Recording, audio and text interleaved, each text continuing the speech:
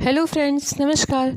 आज की वीडियो में हम गोरखनाथ बाबा जी के बारे में जानेंगे और साथ ही गोरखनाथ मंदिर के बारे में जानेंगे कि क्या है इसका इतिहास। महान चमत्कारिक और रहस्यमयी गुरु गोरखनाथ को गोरक्षनाथ भी कहा जाता है। इनके नाम पर एक नगर का नाम गोरखपुर और एक जाति का नाम गोरखा है। गोरखपुर में ही गुरु गोरखनाथ समाधि स्थल है। यहाँ दुनिया भर के नाथ संप्रदाय और गोरखनाथ जी के भक्त उनकी समाधि पर माथा टेकने आते हैं। इस समाधि मंदिर के ही महंत अर्थात प्रमुख साधु है महंत आदित्यनाथ योगी। गोरखनाथ जी ने नेपाल और भारत की सीमा पर प्रसिद्ध शक्तिपीठ देवीपाटन में तपस्या की थी। उसी स्थल पर पाटेश्वरी शक्तिपीठ की स्थापना हुई। भारत के गोरखपुर में गोरखनाथ का एकमात्र प्रसिद्ध मंदिर है। इस मंदिर को यवनों और मुगलों ने कई बार ध्वस्त किया, लेकिन इसका हर बार पुनर्निर्माण कराया गया। 9वीं शताब्दी में इसका जीर्णोद्धार किया गया था, लेकिन इसे 13वीं सदी में फिर मुस्लिम आक्रांताओं ने ढहा दिया था। बाद में फिर इस मंदिर को पुनः स्थापित कर साधुओं का एक सैन्य बल बनाकर इसकी रक्षा करने का कार्य किया गया। इस मंदिर के उपपीठ बांग्लादेश और नेपाल में भी स्थित है। संपूर्ण भारत भर के नाथ संप्रदाय के साधुओं के प्रमुख महंत हैं योगी आदित्यनाथ। कोई यह अंदाजा नहीं लगा सकता है कि आदित्यनाथ के पीछे कितना भारी जन समर्थन है। सभी दशनामी और नाथ संप्रदाय के लोगों के लिए गोरखनाथ का यह मंदिर बहुत महत्व रखता है। गोरखनाथ का जन्म। गोरक्षनाथ के जन्मकाल पर विद्वानों में मतभेद हैं। राहुल सांकृत्यायन इनका जन्मकाल 845 का मानते हैं। गुरु गोरखनाथ के जन्म के विषय में प्रचलित है कि एक बार भिक्षाटन के क्रम में गुरु मत्स्येंद्रनाथ किसी गांव में गए। किसी एक घर में भिक्षा के लिए आवाज लगाने पर गृह स्वामिनी ने भिक्षा देकर आशीर्वाद स्वरूप पुत्र की याचना की। गुरु मत्स्येंद्रनाथ सिद्ध तो थे ही, अतः गृह स्वामिनी की याचना स्वीकार करते हुए उन्होंने एक चुटकी भर भभूत देते हुए कहा कि इसका सेवन करने के बाद यथासमय वे माता बनेंगी। उनके एक महातेजस्वी पुत्र होगा जिसकी ख्याति चारों ओर फैलेगी। आशीर्वाद देकर गुरु मत्स्येंद्रनाथ अपने भ्रमण क्रम में आगे बढ़ गए। 12 वर्ष बीतने के बाद गुरु मत्स्येंद्रनाथ उसी ग्राम में पुनः आए। कुछ भी नहीं बदला था, गांव वैसा ही था। गुरु का भिक्षाटन का क्रम अब भी जारी था। जिस गृह स्वामिनी को अपनी पिछली यात्रा में गुरु ने आशीर्वाद दिया था, उसके घर के पास आने पर गुरु को बालक का स्मरण हो आया। उन्होंने घर में आवाज लगाई। वही गृह स्वामिनी पुनः भिक्षा देने के लिए प्रस्तुत हुई। गुरु ने बालक के विषय में पूछा। गृहस्वामिनी कुछ देर तो चुप रही, परंतु सच बताने के अलावा उपाय न था। उसने तनिक लज्जा, थोड़े संकोच के साथ सब कुछ सच सच बतला दिया। उसने कहा कि आपसे भभूत लेने के बाद पास पड़ोस की स्त्रियों ने राह चलते ऐसे किसी साधु पर विश्वास करने के लिए उसकी खूब खिल्ली उड़ाई। उनकी बातों में आकर मैंने वह भभूत को पास के गोबर से भरे गड्ढे में फेंक दिया था। गुरु मत्स्येंद्रनाथ तो सिद्ध महात्मा थे। उन्होंने अपने ध्यान बल देखा और वे तुरंत ही गोबर के गड्ढे के पास गए और उन्होंने बालक को पुकारा। उनके बुलावे पर एक 12 वर्ष का तीखे नाक नक्श, उच्च ललाट एवं आकर्षण की प्रतिमूर्ति स्वस्थ बच्चा गुरु के सामने आ खड़ा हुआ। गुरु मत्स्येंद्रनाथ बच्चे को लेकर चले गए। यही बच्चा आगे चलकर गुरु गोरखनाथ के नाम से प्रसिद्ध हुआ। गोरखनाथ के गुरु मत्स्येंद्रनाथ मच्छंदरनाथ थे। कौन थे मत्स्येंद्रनाथ? मत्स्येंद्रनाथ नाथ संप्रदाय में आदिनाथ और दत्तात्रेय के बाद सबसे महत्वपूर्ण नाम आचार्य मत्स्येंद्रनाथ का है, जो मीननाथ और मच्छंदरनाथ के नाम से लोकप्रिय हुए। कौल ज्ञान निर्णय के अनुसार मत्स्येंद्रनाथ ही कौलमार्ग के प्रथम प्रवर्तक थे। कुल का अर्थ है शक्ति और अकुल का अर्थ शिव। मत्स्येंद्र के गुरु दत्तात्रेय थे। मत्स्येंद्रनाथ हठयोग के परम गुरु माने गए हैं, जिन्हें मच्छरनाथ भी कहते हैं। इनकी समाधि उज्जैन के गढ़कालिका के पास स्थित है। हालांकि कुछ लोग मानते हैं कि मच्छिंद्रनाथ की समाधि मच्छिंद्रगढ़ में है, जो महाराष्ट्र के जिला सावरगांव के ग्राम मायंबा गांव के निकट है। इतिहासवेत्ता मत्स्येंद्र का समय विक्रम की 8वीं शताब्दी मानते हैं। मत्स्येंद्रनाथ का एक नाम मीननाथ है। ब्रजयनी सिद्धों में एक मीनपा है, जो मत्स्येंद्रनाथ के पिता बताए गए हैं। मीनपा राजा देवपाल के राजत्व काल में हुए थे। देवपाल का राज्यकाल 809 से 849 तक है। इससे सिद्ध होता है कि मत्स्येंद्री सन की 9वीं शताब्दी के उत्तरार्ध में विद्यमान थे। तिब्बती परंपरा के अनुसार कानपा राजा देवपाल के राज्यकाल में आविर्भाव हुए थे। इस प्रकार मत्स्येंद्रनाथ आदि सिद्धों का समय सन के 9वीं शताब्दी का उत्तरार्ध और 10वीं शताब्दी का पूर्वार्ध समझना चाहिए। शंकर दिग्विजय नामक ग्रंथ के अनुसार 200 BC मत्स्येंद्रनाथ हुए थे।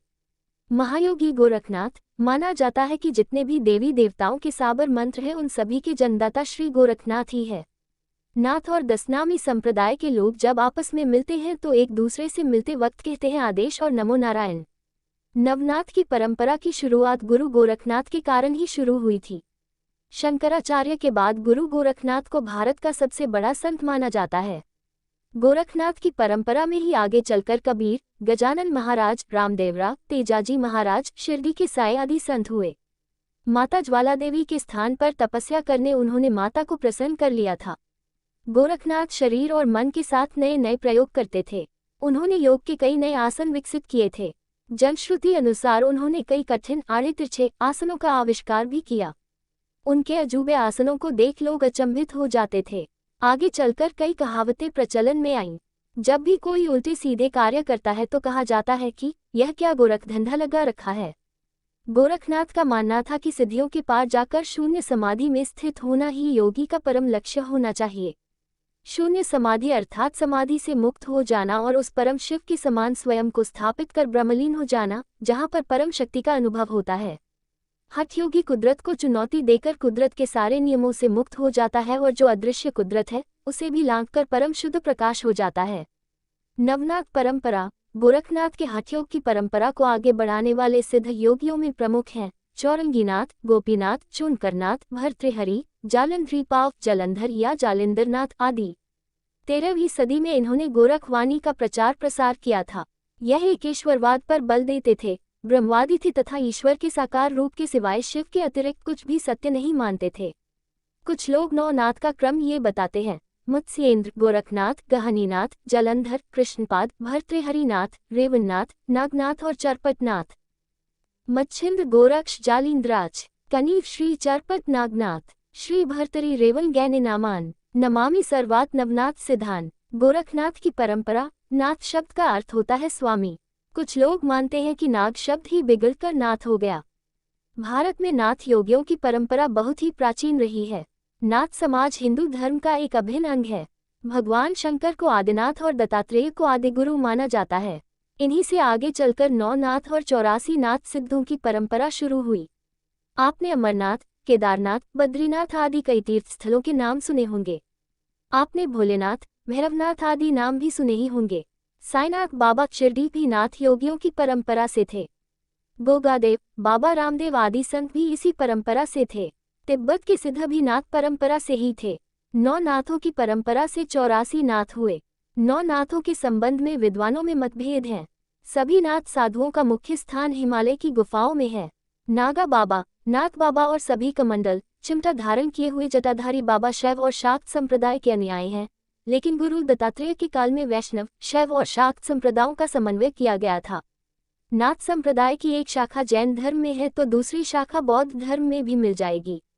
यदि गौर से देखा जाए तो इन्हीं के कारण इस्लाम में सूफीवाद की शुरुआत हुई। सिद्धों की भोग प्रधान योग साधना की प्रतिक्रिया के रूप में आदिकाल में नाथपंथियों की हठयोग साधना आरंभ हुई। इस पंथ को चलाने वाले मत्स्येंद्रनाथ, मच्छंद्रनाथ तथा गोरखनाथ, गोरक्षनाथ माने जाते हैं। इस पंथ के साधक लोगों को योगी, अवधूत, सिद्ध, औघड़ कहा जाता है। कहा यह भी जाता है कि सिद्धमत और नाथमत एक ही हैं। गुरु और शिष्य दोनों ही को 84 सिद्धों में प्रमुख माना जाता है। दोनों गुरु और शिष्य को तिब्बती बौद्ध धर्म में महासिद्धों के रूप में जाना जाता है। नाथ परंपरा की शुरुआत बहुत प्राचीन रही है, किंतु गोरखनाथ से इस परंपरा को सुव्यवस्थित विस्तार मिला। गोरखनाथ ने इस संप्रदाय के बिखराव और इस संप्रदाय की योग विद्याओं का एकत्रीकरण किया। पूर्व में इस संप्रदाय का विस्तार असम और उसके आसपास के इलाकों में ही ज्यादा रहा। बाद में समूचे प्राचीन भारत में इनके योग मठ स्थापित हुए। आगे चलकर यह संप्रदाय भी कई भागों में विभक्त होता चला गया। गोरखनाथ से पहले अनेक संप्रदाय थे, जिनका नाथ संप्रदाय में विलय हो गया। शैव एवं शाक्तों के अतिरिक्त बौद्ध, जैन तथा वैष्णव योग मार्गी भी उनके संप्रदाय में आ मिले थे। भारत के 84 सिद्धों की परंपरा में से एक थी गुरु गोरखनाथ, जिनका नेपाल से घनिष्ठ संबंध रहा है। नेपाल नरेश महेंद्र देव उनके शिष्य हो गए थे। उस काल में नेपाल के एक समूचे क्षेत्र को गोरखा राज्य इसलिए कहा जाता था कि गोरखनाथ वहां डेरा डाले हुए थे। वहीं की जनता आगे चलकर गोरखा जाति की कहलाई। यहीं से गोरखनाथ के हजारों शिष्यों ने विश्वभर में घूम घूम कर धूना स्थान निर्मित किए। इन्हीं शिष्यों से नाथों की अनेकानेक शाखाएं हो गईं। नाथ संप्रदाय के प्रवर्तक गोरक्षनाथ जी के बारे में लिखित उल्लेख हमारे पुराणों में भी मिलते हैं। विभिन्न पुराणों में इससे संबंधित कथाएं मिलती हैं। इसके साथ ही साथ बहुत सी पारंपरिक कथाएं और किंवदंतियां भी समाज में प्रसारित हैं। उत्तर प्रदेश, उत्तरांचल, बंगाल, पश्चिमी भारत, सिंध तथा पंजाब में और भारत के बाहर नेपाल में भी ये कथाएं प्रचलित हैं। काबुल, गांधार, सिंध, बलोचिस्तान, कच्छ और अन्य देशों तथा प्रांतों में यहाँ तक कि मक्का मदीना तक श्री गोरक्षनाथ ने दीक्षा दी थी और नाथ परंपरा को विस्तार दिया था। गोरखनाथ का साहित्य। गोरखनाथ नाथ साहित्य के आरंभकर्ता माने जाते हैं। गोरखपंथी साहित्य के अनुसार आदिनाथ स्वयं भगवान शिव को माना जाता है। शिव की परंपरा को सही रूप में आगे बढ़ाने वाले गुरु मत्स्येंद्र नाथ हुए, ऐसा नाथ संप्रदाय में माना जाता है। गोरखनाथ ने अपनी रचनाओं तथा साधना में योग के अनुक्रिया योग अर्थात तप, स्वाध्याय और ईश्वर प्रणिधान को अधिक महत्व दिया है।